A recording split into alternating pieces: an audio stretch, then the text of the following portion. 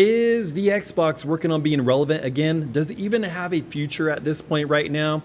Well, a tweet on X says it just might concerning the new Project Helix. Well, welcome everyone to the Dr. Blue Duck podcast, a podcast for gaming dads where we talk about dad stuff and gaming stuff here. So for those who don't know, Phil Spencer was the public face of Xbox for years, the CEO of Microsoft Gaming, and suddenly he just retires. And what makes this odd is that Sarah Bond, the president of Xbox, the one who was widely expected to take over after Phil Spencer's resignation, well, she just up and resigned. Then Phil Spencer's replacement is Asha Sharma, who previously led Microsoft's core AI division. Now note, Asha is in her mid-30s and doesn't have any sort of game industry experience, but hey, maybe that's what Xbox needs right now. Maybe Xbox really needs something besides everything's an Xbox, because if everything's an Xbox, why would we need another Xbox console? Why would we need Project Helix? And what is Project Helix, you may ask? Well, Asha Sharma stated in a tweet on X, "Great start to the morning with Team Xbox, where we talked about our commitment to the return of Xbox, including Project Helix, the code name for our next generation console. Project Helix will lead in performance and play your Xbox and PC games. Looking forward to chatting about this more with partners and studios at my first GDC next week." The GDC, in case you don't know, is the Gaming Development Conference. So this console is speculated to release around holiday season 2027, as AMD CEO Lisa Su said that the development of this console's custom AMD processor is on schedule for a 2027 launch.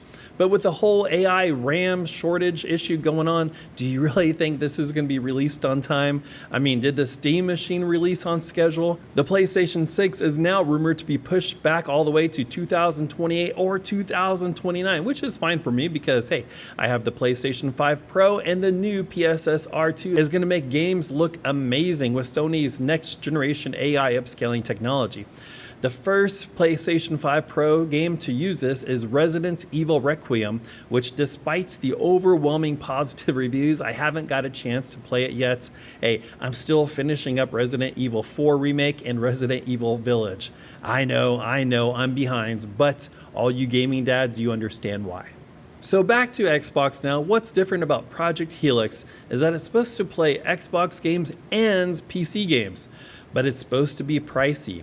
I'm guessing it's going to be at least over $1,000. Some people are speculating up to $1,500. Right now, my guess would be $1,299 when it comes out. But here's some questions that we all have about this Project Helix. Is it even going to ever come out? I mean, not too long ago, Xbox was all about streaming, using the Xbox Game Pass, implying that you really don't need a console because you can stream on anything. And with the RAM shortage and the leadership change at Xbox, I'm personally not 100% sure that this system is even going to come out. Another question is, if this plays PC games, does that mean that there's going to be a Steam launcher on this? Will you be able to play all your Steam games? And if so, why would people buy an Xbox game when you could buy the same Steam game for cheaper and then be able to play it on a gaming PC or a Steam Deck as well? Also, who's going to be spending this much money for a console? I mean, I spent about this much on a good gaming PC, but my gaming PC will most likely have better specs than this console when it comes out. And it can be for more things besides gaming. For example, I like to live stream on TikTok every Thursday nights with my gaming bros from Life Group. We play from around 8 to 9 every Thursday nights. But the Xbox Series X and the PlayStation 5 doesn't allow streaming to TikTok, but a gaming PC does. So a gaming PC is just so much more versatile and even upgradable. So why get a console even if it does play PC games?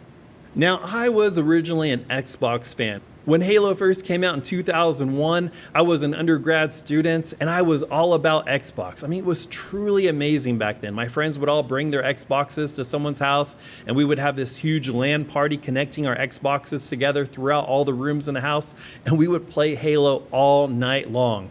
And if you did this back then, you will remember that the pistol, the M6D Magnum, man, that thing was crazy overpowered, but I loved it. But with Xbox, I started noticing some changes with Game Pass, and I just got these bad vibes. So I actually sold my Xbox Series X, bought a PlayStation 5 Pro, and slowly started switching over my game collection to PlayStation. And boy, am I glad I did this.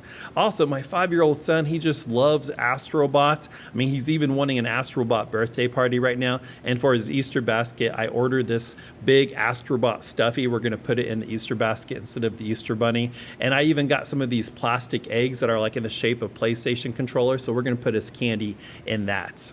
I'm pretty sure he's going to be pretty stoked on Easter Sunday when he gets his Easter basket. So anyways, are you planning on getting the Project Helix? Honestly, I'm fine with the Switch 2, the PlayStation 5 Pro, and my gaming PC. I don't really need an Xbox. As always, be kind, use your minds, and game on.